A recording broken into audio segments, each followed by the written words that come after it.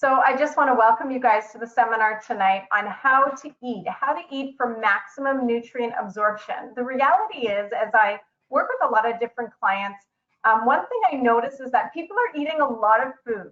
However, although they're eating a lot of food, it's not nutrient dense food. So a lot of calories, but few nutrients. In fact, I would say that 90% of the people that I come in contact with day to day, especially through my nutritional consultations, are malnourished. Can you imagine? We are living in not a third world country, in a first world country where we have food on every corner, grocery stores full of food, and most people are malnourished. And why is that happening? Because number one, we're not eating nutrient dense meals. But number two, even with the foods that we're eating, we are not, because of how we're eating, absorbing the nutrients. When I do end up sharing with people and even some health professionals, the amount of calories that I eat in the day are so few. But my numbers, my blood numbers, my iron, my calcium, they're perfect. Why is that? Because when you can eat nutrient-dense food, and when you can have good absorption in your digestive system and your intestinal tract, you will find that you can have less food, but so you're eating less calories, but a lot more nutrients. And what does that mean to you or me? Why do we even want to go there? Number one, our body will go back into balance as to the weight that we need to be. And number two, we have tons of energy and we end up not being deficient in certain minerals and vitamins that are so important for fighting disease and making sure, you know, you have good shiny hair and your nails are growing properly and your skin is glowing and your pancreas is working and your kidney is working. These are very important because your body requires certain nutrients every day. So how do we get these nutrients? So number one, I want everyone to make sure that they know some simple things is that digestion is key. Digestion, your GI tract, this hollow organ that goes right, if you want to call it one big hollow organ that goes from the mouth right to the anus. It definitely is like your GI tract, which is, you know, your mouth, your esophagus, your stomach, your small intestine, your large intestine, your rectum, your anus. It's like one big hollow organ. But there are three major organs that are not part of this GI tract that are absolutely key in digestion. So we have the liver, we have the gallbladder, and we have the pancreas. And so we're going to spend just a little bit of time on those today, understanding how you can allow the food you're eating, because many people are eating really wonderful spinach salads and lots of fresh fruits, but you're just not getting, your body's not absorbing the nutrients. So I want to show you today how you can help make that happen. So first, the most important I want you to understand is that we're digesting. And it's very important for you to know that digestion actually begins in the mouth. Now, there can be, you know, a minor exception to this rule in the sense of digestion. You know, if I see food that I like or I smell food, your mouth begins to salivate, your mouth begins to water, you begin to salivate. So sure, digestion begins with the senses. It can begin with the eyes and it can begin with the smelling. That is absolutely true. But for the most part, digestion begins in the mouth. And this is, I'm going to say, one of the main reasons why our body's not absorbing nutrients. I want to just jump back very quickly to the slide that we had here to understand when food goes into the mouth, it is pushed down through, it's like a peristalsis movement through contractions down the esophagus, and it goes into the stomach. In the stomach, food is liquefied or trying to be liquefied through the stomach acids that come from the stomach, but mostly from the pancreas. And once it's liquefied into something called chyme, it is then pushed through a sphincter into the small intestines, which are not very small. It's about 30 feet long, so it's pretty huge. but it's in the small intestines that food is broken down to its molecular state. So, you know, we have this big apple, but this apple has vitamin C, it has antioxidants, it has fiber, it has water. It's just liquefied in here. In the stomach, food isn't digested. Food is liquefied into chyme, which is a liquid mess of food, and then brought into the small intestines where it's taken apart molecule by molecule. This is so important. I want you guys to get this, that food has to be broken down to its molecular state. So from that apple, your body can now take out the vitamin C, package it up, send it to the right place. Take out the antioxidants, package it up, send it to the right place. But it can't get into the bloodstream unless it's in its molecular state. And that is part of the digestion process. Now, understanding that is that any waste matter, so generally it should just be fiber, goes then after it's passed through this very long intestinal tract and it's gone through all its breakdown of molecules and your body's trying to get it out before it reaches the finish line so it can get to the large intestine, and then it's like, okay, you don't go out the waste. All that should be left at that point is just the fiber and any waste matter. So if I could just ask you guys, I tried to check who was not muted, but if you guys can all just mute your phone. I'm gonna stop this for 1 second. Just ask you to mute your backgrounds, and I'm just going to go around and just mute everybody so that there's no background noise, and then I will just go back to sharing the screen. Okay, now everybody can hear properly. Thank you for that note. So it's very important to understand that fiber then goes through the colon with any other waste matter and out the rectum. So we're very, very, very happy to have fiber go through the colon, because when fiber goes through the colon, it picks up toxic waste and it sweeps any waste matter, it sweeps any debris, it sweeps any toxins. So you want lots of fiber to go through that colon for you to have a healthy digestive system, and then you have a nice, long, full bowel movement. Yay, we completed digestion. Well, here's the thing. Let's just jump back to what I was talking about, is that digestion begins in the mouth in 2 ways. One, you have amylase digestive enzymes that are in the mouth, and that actually starts stage 1 of digestion. If food goes from the mouth to the stomach without those digestive enzymes wrapped up in it, guaranteed, folks, guaranteed, your system will start to feel a little bit bloated. It has to work harder because you didn't get it wrapped up in your saliva. How do you get food wrapped up in your saliva? We must chew our food. So the recommended amount of bites is 32.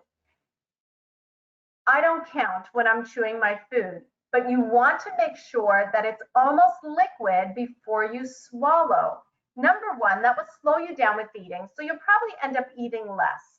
Number 2, you have to stop. You have to take a break. You have to chew your food. If you don't chew your food and it goes into your stomach enzymes, that hydrochloric acid, is not strong enough to take whole food and liquefy it. So that means it doesn't get liquefied. So you may have eaten a wonderful big kale salad with spinach in it, and you've got your nuts and seeds in there, and some radishes and all this good food, but it requires a lot of chewing. If you didn't chew that properly and your hydrochloric acid can't liquefy it, it goes into the intestinal tract, not liquefied. Guess where that's going, folks? Because your intestinal tract is where food is brought down to its molecular state, but it can only do that, and it's only been built and designed to take the liquid matter and break it down to molecules. It does not have the enzyme action to take whole food and break it down to liquid. So if you chew your kale properly, you didn't chew your radishes properly, you didn't chew your proteins properly, and it goes into your intestinal tract almost whole or not liquefied, it's going in the toilet. So all that money you spent on all that organic kale and spinach and radishes and everything else you ate is literally going down the drain. So I really want to emphasize that it's very important to chew your food to liquid. Okay, so that's number one. Number two, gut bacteria. It is extremely important for digestion to happen to have good gut flora. You want to make sure you have the right amount of probiotics. It slows the food going from the mouth to the anus. People that do not have good bacteria flora tend to have extremely loose bowel movements. They didn't have the chance to form properly. It also helps your gut bacteria, helps with the absorption of nutrients. It also helps with strengthening your immune system and making sure the right nutrients get to your immune system. 80% of your immune system lies in your intestinal tract, believe it or not. So to have a good, strong immune system, you have to have good bacteria flora in your gut. And in order for your body to absorb nutrients and to do that proper action of taking nutrients and bringing them into the bloodstream, your bacteria flora plays a huge role in that. If you have been taking antibiotics, even in the last 10 years, guaranteed you have a compromised gut flora. If you have a lot of stress in your life, constantly releasing this cortisol, whether you're emotionally stressed out, whether you are, and that could be through bad relationships, just, work stress, just anything that plays on you emotionally where you're frustrated a lot, you're bothered a lot, you're upset a lot, you are definitely going to be releasing cortisol that will kill that bacteria flora. What else can do that is also by destroying that bacteria flora is not sleeping. So if you're not getting 7 hours of uninterrupted sleep a night, you are definitely also going to have a compromised bacteria flora. If you are eating high sugar foods, high refined carbohydrates, you will grow the bad bacteria, which will take over the good bacteria, and that can become a candida issue, and your nutrients will not be able to be absorbed properly because you have this candida, this yeast overgrowth, which is growing over your good bacteria. It's creating, just a cloudy mess for your digestive enzymes to work, and your energy will be drained as well. So very important, and I know I'm sharing a lot of information tonight. As I was putting the seminar together, I thought we should have had part 1 and part 2 because it's a lot of information. But I want you guys to be thinking of how can I help this good bacteria flora to grow? And I will share that at the end as I share the rhythm of eating. So understanding just that you want to make sure that you're staying away from refined sugars, refined carbohydrates, acknowledging the stress in your life, knowing that that can make a difference as well. What are good foods for probiotics? So how can we create good probiotics? So I will share as I go through the rhythm of eating of how just eating properly, you will grow your own good probiotics. But the reality is, if you have been on antibiotics or have had a lot of stress damage or very impure eating, you might need a little hand at growing probiotics. So we've got lots of probiotics sitting on shelves inside health food stores. Do I recommend them? You may need, if you decide that you want to change your diet, reduce your stress level, improve your sleep, and if you've especially been on antibiotics, you may definitely want to get on a healthy probiotic, depending on your situation, of 50 billion and 80 billion, but don't live on probiotics. You probably only need them for a short period of time. Is it ideal to eat foods that are rich in probiotic? Probiotic rich yogurt, Greek yogurt, all of these yogurts are, multi-million-dollar industries, to tell you the truth, and they are so damaging for your body. I will say that without even flinching. Yogurt is not, although they're full of probiotics, it is so damaging to your digestive system to have to digest dairy products, because it's food that was not designed for human beings. So your body doesn't even recognize it as food. And I would just remind you that as we are coming on, just to make sure that you are muted, and I will just mute you in the background there. Thank you. Just so that we don't have any feedback.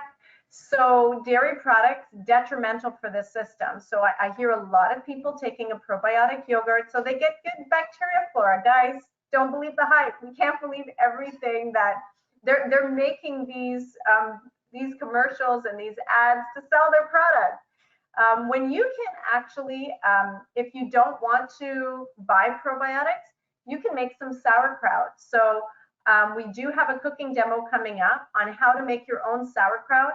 And I encourage you, if you're not a member, for just $10 a month, you get to come into these cooking demos absolutely free every month. Otherwise, you just pay $10, or you can look it up instead of me showing you how to do it, but just by mixing some cabbage with some salt and letting it ferment for a couple days and adding that to your salads, you can naturally increase good probiotics. That's good bacteria. And I want to tell you, when you have good bacteria, you actually can naturally create B12 in your system. A lot of people will say that, if you're plant-based, your B12 is like non-existent. Not true. I've been plant-based for over 20 years, and my B12 is not non-existent, and I do not supplement. Is it lower than on the low scale of normal? Sure. But is it dangerously low? Absolutely not. Do I take any supplements? I do not. And I'm still able to, as a plant-based eater for 20 years, to create B12 in my system. How is that possible? Because the only way animals have B12 is because they eat from the ground. They get lots of bacteria. And the truth of the matter is that even animals are starving of B12 because they're not eating from the ground anymore. They're eating genetically modified corn and soy, so they're being pumped with B12. The whole world's on B12 supplements, it would appear. Anyway, that's another topic for another time. So just that note on probiotics and how important it is. Folks, let's move to the pancreas, because this is so important. The pancreas produces digestive enzymes that are so incredibly important, because your digestive enzymes help to break down the food we eat into those molecules that I was talking about. And the digestive enzymes are extremely important because those molecules have to be small enough to be absorbed by the small intestine, small tiny little holes there, to enter into the bloodstream. And it is very, very critical for you and I to get the nutrients out of the food for your digestive enzymes to work properly. So this is very, very key. Digestive enzymes are found in the mouth, they're found in the stomach, in the gallbladder, in the small intestines, but the majority come from your pancreas. So why is this important? This is so important because, number one, if you have a compromised pancreas, you may not be producing the digestive enzymes that you need. If you have a compromised gallbladder, then you may not be producing the bile that you need to break down the fats. So again, you're not going to get the right omegas, your omega-3, your omega-6s. You're not going to get your essential fatty acids. Essential fatty acids are fats that your body doesn't produce. Our body produces its own cholesterol, but we still need essential fatty acids in order for many of the functions of the human body.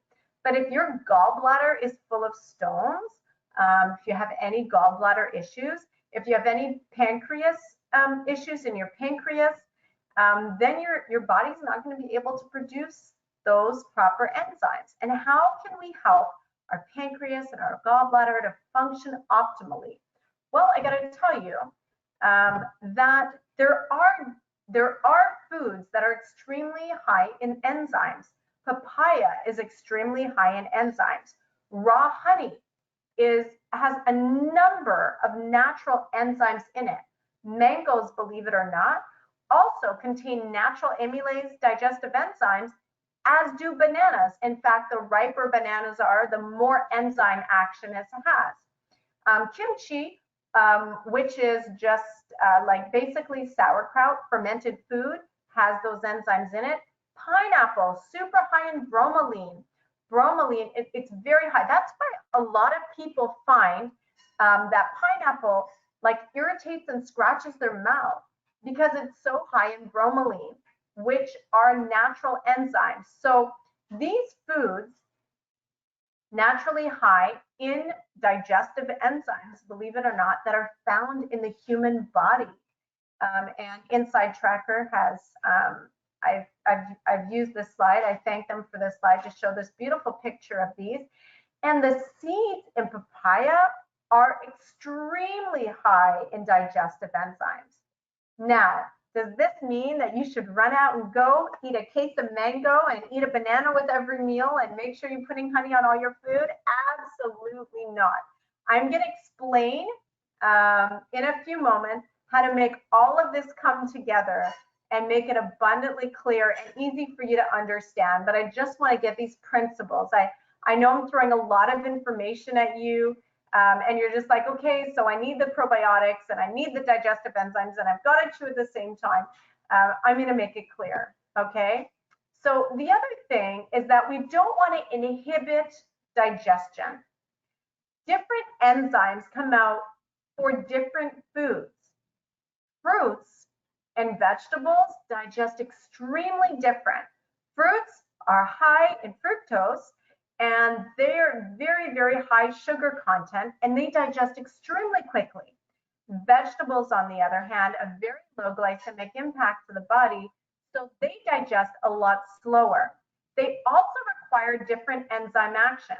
So when you've got strawberries on top of your salad, when you're mixing, you know, your spinach, or you're having this vegetable meal, and you decide that having a fruit is a very healthy dessert, you and I are making a mess in our digestive system when we mix fruits and vegetables together.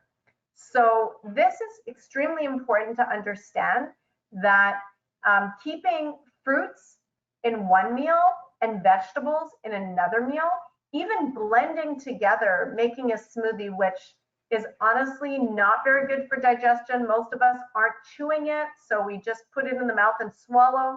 Smoothies are a terrible way to get to help with digestion, unless you're absolutely swishing it around in your mouth before you swallow and making sure it's not super cold.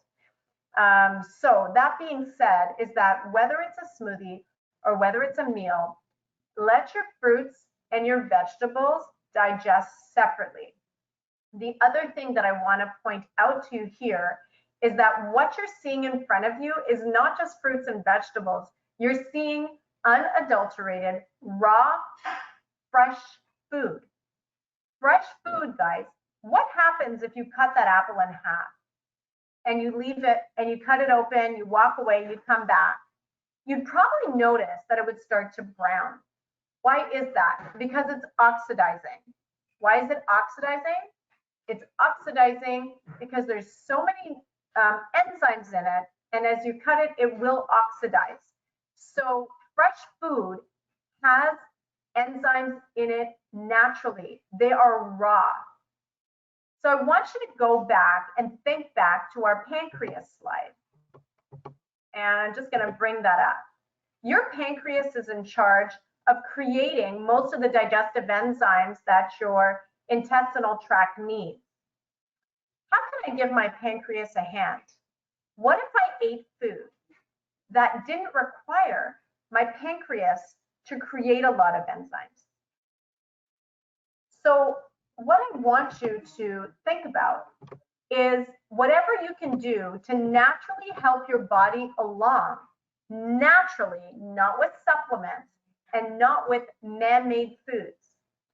But if I had a big salad, which has lots of enzymes in it, before I ate my chickpeas and my sweet potato and all of these cooked food, which requires my pancreas to make enzymes, if I put a bed of salad in before I even jumped into my cooked food, my pancreas would have to create a lot less digestive enzymes because there's so many enzymes in raw food. What happened if before I ate my cereal or my porridge or my chia seed pudding in the morning, which requires a lot of enzyme action for my pancreas, what if I had a big bowl of fruit first and I included pineapple or a banana or some papaya? What if I did that? Then if I eat my fruit first and I have my cereal right after, I would give my digestive system, my pancreas, a lot less work, if that makes sense. And the less work your body has to do, the more energy it has to do other things like heal and repair damaged cells and, help you think better and more clearly. So adding raw food before the cooked food is so helpful for the digestion process. Another thing that creates a lot of malabsorption of nutrients is eating and drinking. If we don't do this, your body and my body requires so much water, a lot of water for every function. In fact, that fiber is going nowhere down the colon if it doesn't have water to push it along. We need tons of water. In fact, if you think about your body being made up of 65% water, if I'm standing, that's like water like to my chest. That's like all water. That is a lot of water. So for sure, we need tons of water. But now I want you to go think back to your stomach and that hydrochloric acid, very, very, very strong acid coming out.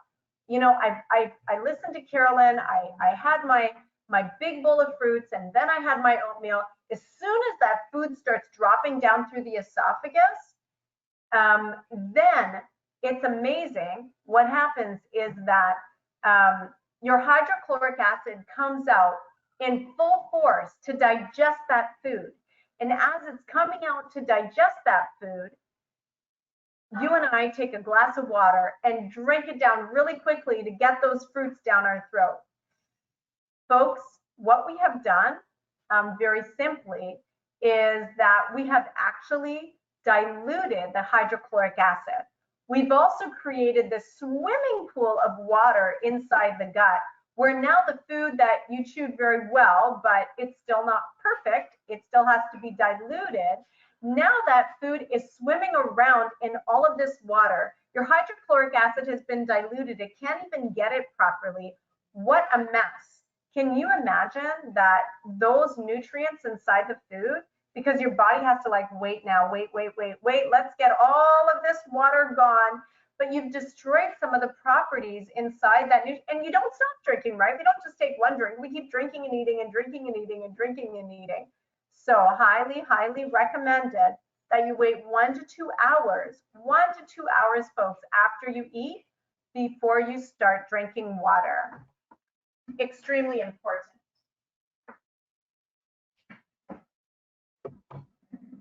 So once your food has become this little bit of a liquid chime, this mess of food inside the stomach from the hydrochloric acid, about 1 to 2 hours into digestion, then you can start drinking water. And believe me, even water needs those digestive enzymes in your mouth. So swish it around in your mouth before you swallow. So it's extremely important that you are waiting 1 to 2 hours before you start drinking water. Another thing that I want to, and there is going to be a part 2 of this, of the foods that bring great detriment to the digestive system and inhibit you and me from absorbing all the right nutrients, because we're definitely not going to get into all of it today.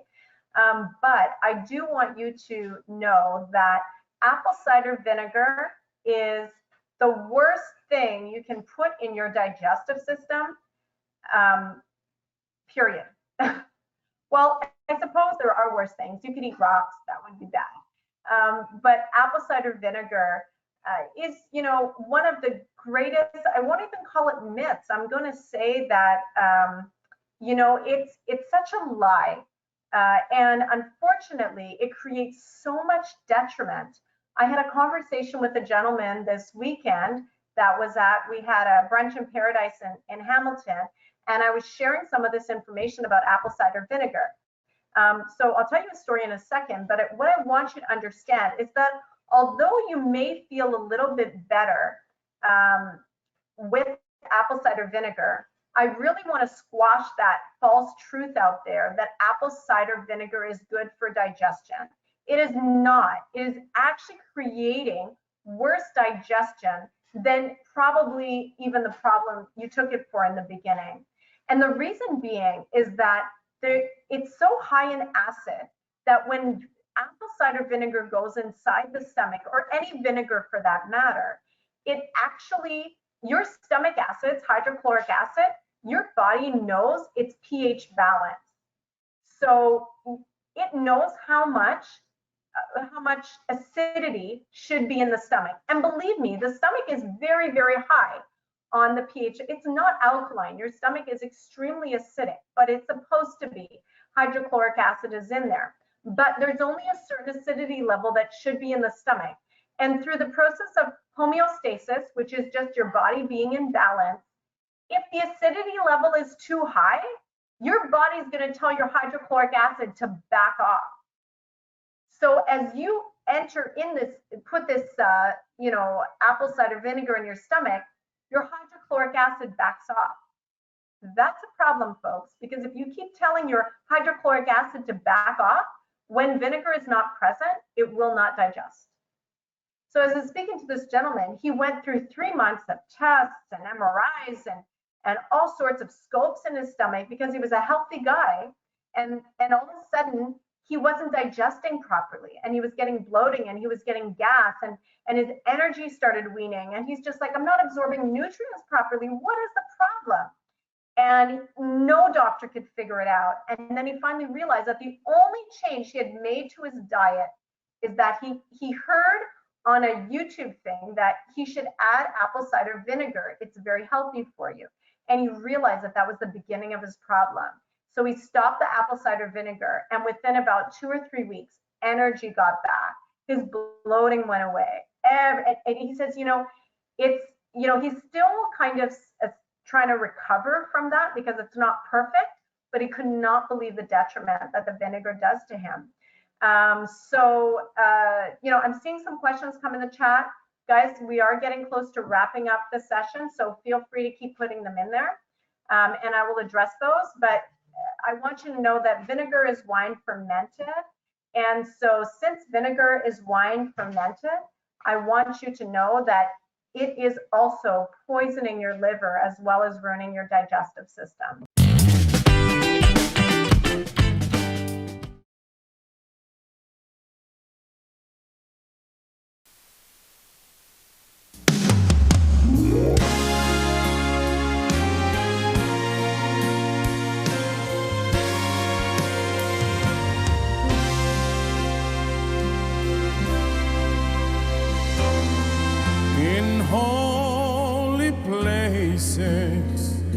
The truth can be found, a promise to stand on when darkness